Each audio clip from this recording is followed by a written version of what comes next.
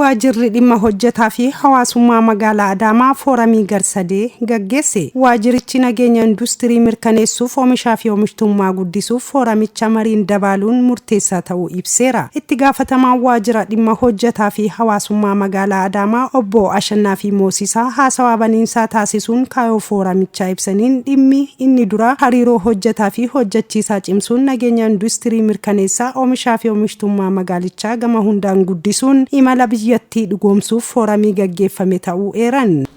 Fooramiin mooraa hawaasa industirii guyyaa har'aa gaggeessinu kun qaamotii sadii giddu galeessa godhatee kan hirmaachisu yommuu ta'u, isaanis waldaalee hojjetaaf hojjechiisaa, dhaabbilee hojjechiisaa, mootummaan walitti dhufee kan mari'atu yeroo ta'u, kaayyoon marii keenyaas inni guddaan nageenya industirii mirkaneessuu giddu galeessa kan godhate, oomishaaf oomishtummaa industirii keenyaa guddisuu giddu galeessa kan godhate, dhimma hojjetaaf hojjechiisaa irratti hubannoo gahaa ta'e argachuun rakkoo qunnamne waliin hiikuu fi walumaa gala hariiroo hojiif hojjetaa gidduu jiru cimsuudhaan imala badhaadhina biyya keenyaa dhugoomsuu irratti kan kaayyeeffatedha. Fooramicha irratti barreeffamni gabaabaan haalawwan hojii keessatti calaqqisan ibsu kan dhiyaatee fi mariin paanaalii kan taasifame yoo ta'u, itti aanaan kantiibaa magaalaa Adaamaa fi qindeessaan kilaasteraa tajaajila obbo Nigaatuu Mootummaa yaadaa fi gaafiiwwan marii paanaalii irratti hirmaattonni kaasaniif deebii kennuun kallattii kaa'aniin akka jedhanitti qaawwa hojii gama kana jidduutti mul'atu duuchuuf qindoominaa fi humna tokkoomeen hojjechuu qabna. Dinagdee biyyaa ceesisuufis nageenya industirii keenyaas eeguu fi eegsisuun hunduu gahee keenya bahachuu qabna jechuun kallattii kaa'an obbo Nigaatuun. Namuu gahee qaba. Labsiidhaan taa'eera, dambiidhaan taa'eera. Gaheen immoo qaamolee sadan kanaa maal inni kan jedhu kun bu'uurarraa waan irra kaasnu miti jechuudha. Inni jalqabaatti akka gaafitti kan kaastan dhimma gurmaa'insa wajjin wal qabatu keessattuu mana jireenyaa.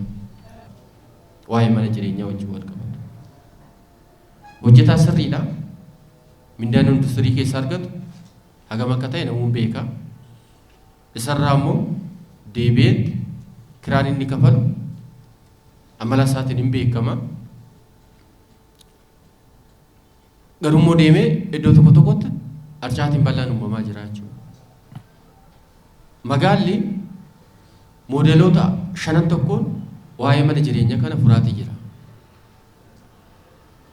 Inni jalqabaan manneen waliinii ijaaruudhaan akkaan doodee jechuudha. Kondoneemi. Kanaan bara kana keessatti hunda bira ga'uu baannus naannoo nama 470 ta'uuf manni kennameera jechuudha. Gatii giddu galeessa ta'e, gatii madaalawaa ta'e, jiruuf jireenya isaanii madaalee. Inni lammaffaan lafa qopheesse kennuudha. Nutis kan kanaan duraa sanniin kennaati, kanaara kan ammoo jalaa gurmeessatii deemuun hundaa olitti murteessaadha waan ta'eef yaadichi yaada sirrii ta'uusaa waliigalatti yoo qabame gaariidha. Nutis waan obbiratti ilaaluu qabnu ilaalu. Hojjisiisanis waan obbiratti ilaaluu qabu ilaaluu qaba. Kanaaf qaamolee sadeen kunniin rakkoolee jiru obbiratti waan jiru yoo ilaalanii mariidhaan qindoominaan hiikame dhimmoonni nuti kaasnu kun fala argatan waan ta'eef kun hudhaa tokko hudhaa kana ilaalatti yoo deemne gaariidha.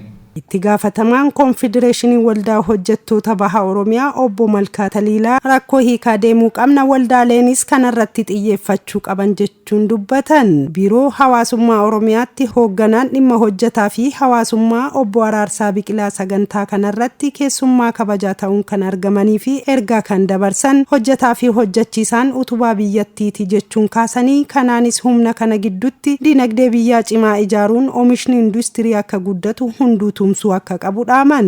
Hojjetaa fi hojjechiisa jechuun utubaa biyyaati. Industirii keessatti waa sadiitiitu walitti dhufaa jechuudha. Oomishaatu guddata. Sharafa alaatu argama. Hojii dhabaatu hojii argata. Teeknooloojiidhaatu guddata jechuudha. Naannoo industiriitti guyyaarraa guyyatti hojjetaan keenya ogummaadhaan teeknooloojiidhaan akka inni guddatu taasifama. Kuni maali? Fayyummaa, nagummaa, ogummaa hoggaa jennu industiriin tokko nagee qabaachuu qaba. Hojjettoonni isa keessa jiran ammoo fayyaa qabaachuu qaba. Seeftiin isaanii eeggamuu qaba. Ogummaa ammaas qabaachuu qabanii jechuudha. Waa sadeen kana alatti oomishaa fi oomishtummaan guddatuu hin danda'u jechuudha. Nu qofaa miti biyyootiin irraan tana guddataniitiin sadarkaa olaanurra jiran hundinuu akkuma keenya kana adeemsarra turaniituma rakkoolee garaagaraa keessa qaxxaamuraniitiin sadarkaa irraan tana biyyi isaanii maqaa dhaa'umturra gahanii jechuudha. Kanaaf nuus kana beeynee hojii kana gaggeessuun barbaachisaadha jechuudha. Hirmaattonni fooramii kanarratti argaman gama isaaniitiin fooramiin akkanaa kun barbaachisaa fi murteessaadha jedhanii kunis guddina industirii biyyattii ariifachiisuuf akka cimuuf gahee isaan irraa eeggamu kan bahatan ta'uu dubbataniiru. Leenjifnaa hojiin galchinaa hojiin jammaruu gaafa hojii jammaran ji'a tokko yookiin waggaa tokko booda gadhiisu. Sababa isaanii maalidha jedhu gaafa gadi buunee too ilaallu qaala'insa jiruutii fi kiraayii manaati irra guddaa kan dhiyeessan hojjettoonni. Gara fuulduraatti immoo dachaa akka hojjettan abdii isinirra godhanne akkuma gaarummaa qabu wantoonni hojjechuudhaaf sinafuu baay'eensaa jiru waan ta'eef gadi buutanii guddina biyya keenyaatiif haala industiriitiif hojjetaas guddina isaa cimina isaa cimsuudhaaf akka itti adeemtan nan amana.